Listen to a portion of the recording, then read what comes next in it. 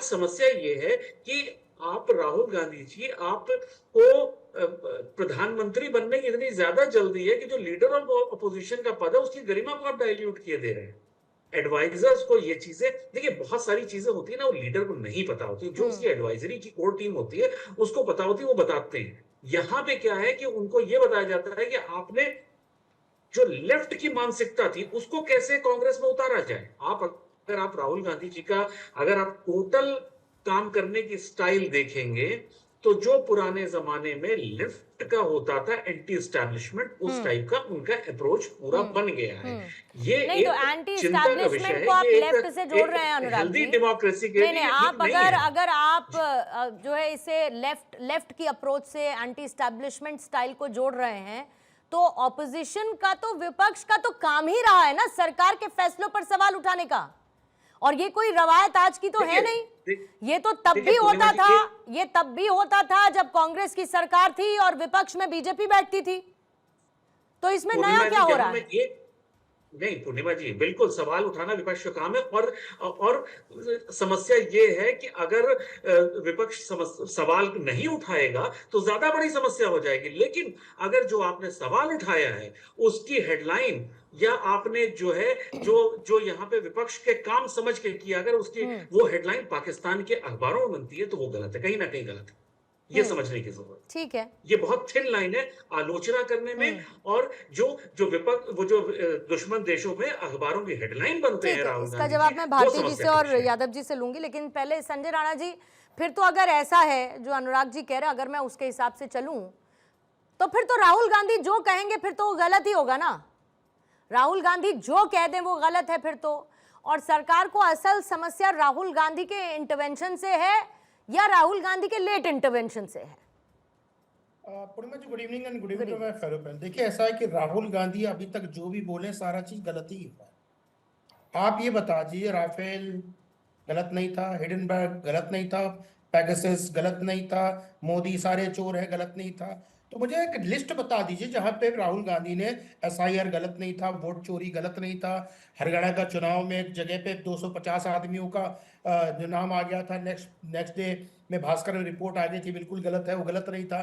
तो राहुल गांधी की एक आदत है, राहुल गांधी इलोम विलोम करने तो दिल्ली में चले जाते हैं प्रधानमंत्री के आवास के सामने, लेकिन झारखंड में जो देश का दूसरे नंबर का राज्य है, आदिवासी के अनुसार दूसरे नंबर का राज्य, वहां पे सिर्फ चिट्ठी लिखते हैं।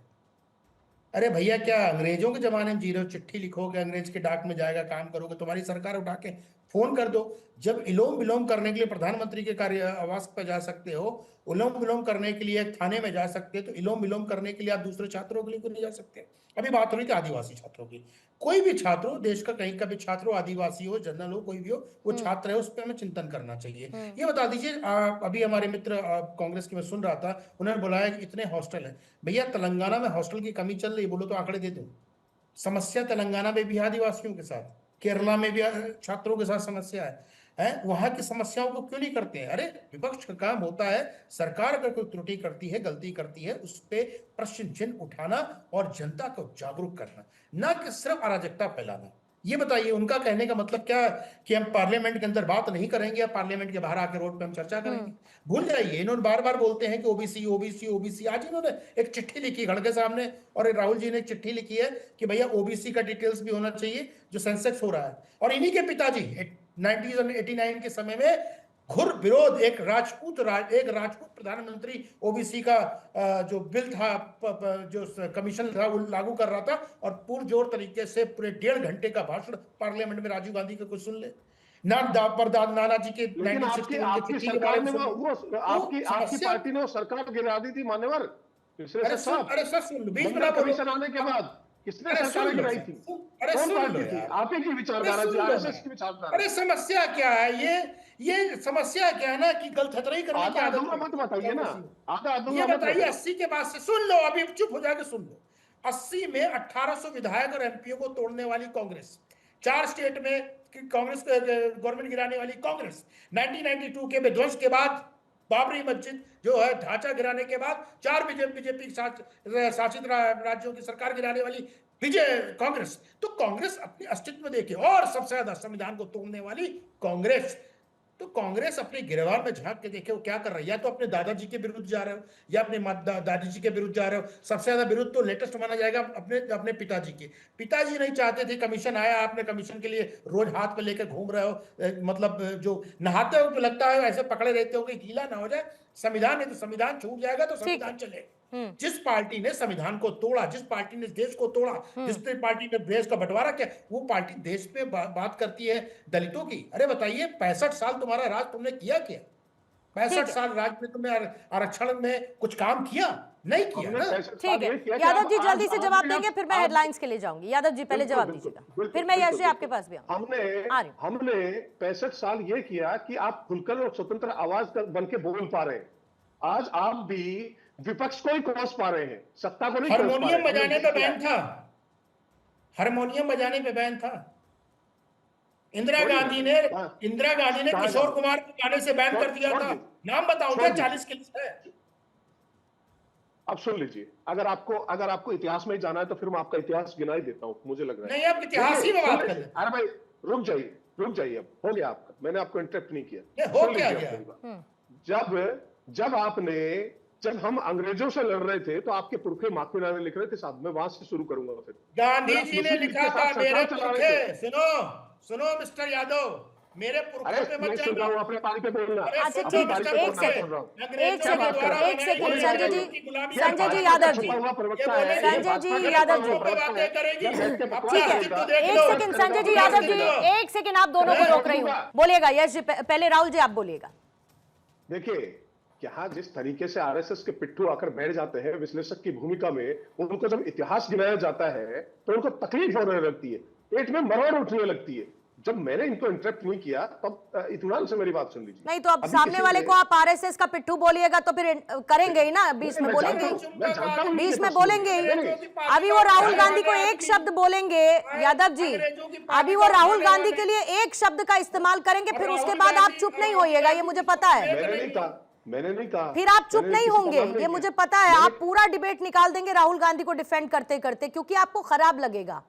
तो आरएसएस के पिट्ठू हैं कि क्या हैं वो छोड़ दीजिए, वो अपनी भूमिका में हैं, आप अपनी भूमिका में हैं।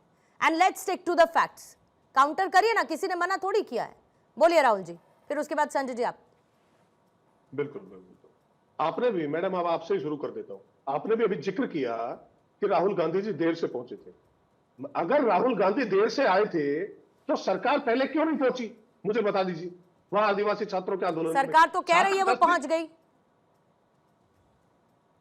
अब मैं आपकी बात मानूं या मैं सरकार की बात मानूं, बता दीजिए।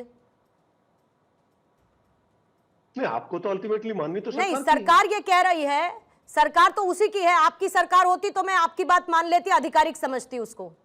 सरकार तो ये कह रही है कि हमने संवाद स्थापित कर लिया, उनकी जो मांगे थी मान लिया, और आपके लगाए गए ये आरोप निराधार हैं। ठीक है, आप कमोबेश ये कहना चाह रहे हैं कि विपक्ष जो भी आरोप लगाता है या विपक्ष जो भी सवाल उठाता है वो उसको, उन सवालों को कोई मान्यता नहीं है। नहीं, आप ये कहना चाह रहे हैं? नहीं, मैं ये कहना चाह रही हूँ, मैं ये कहना चाह रही हूँ, आपके शब्द यही थे मैडम साहब, मैं ये कहना चाह रही हूँ यादव जी, मेरे साथ, यादव जी मेरे साथ शुरू करने से बेहतर है, मेरे साथ शुरू करने से बेहतर है कि आप मुद्दे से शुरू करें तो ज्यादा बेहतर होगा। मैं मुद्दे पे आ रहा हूं। आपको मुझसे लड़ाई नहीं लड़नी है यादव जी, मैं वही कह रहा हूं। मैं आपकी पॉलिटिकल ओपोनेंट नहीं हूं, आपको मुझसे लड़ाई नहीं लड़नी है। आप मुद्दे पर लड़िए ना, आपके लिए ज्यादा बेनिफिशियल होगा। आपने सवाल पूछा, आपके सवाल का जवाब दे दूं। आप संजय जी के मुझे लगता है लगाए गए आरोपों पर जवाब देना चाहते थे, ऐसा मुझे लगा, ऐसा मुझे लगा। से चालू करें। सिर्फ राहुल जी को और संजय जी को नहीं भाई, आओ तुम यादव जी, यार तुम आओ मेरे साथ, खुद हाथ कर ही लेते हैं कांग्रेस पे। मैं आप सबको सुन लेता हूँ। ना बाबू आओ, तुम एकदम आओ। 1885 से रुक जाओ भाई, रुक जाओ। रुक कहाँ जाओ, बताओ। अभी सारी बरोड़ देख लो। मैं चक्कर क्या है, यहाँ जो है बीच बीच में और लोग कूद जाते हैं, तो नहीं तो मैं आप ही के बरोड़ में वो लोग खुद से कूद जाते हैं।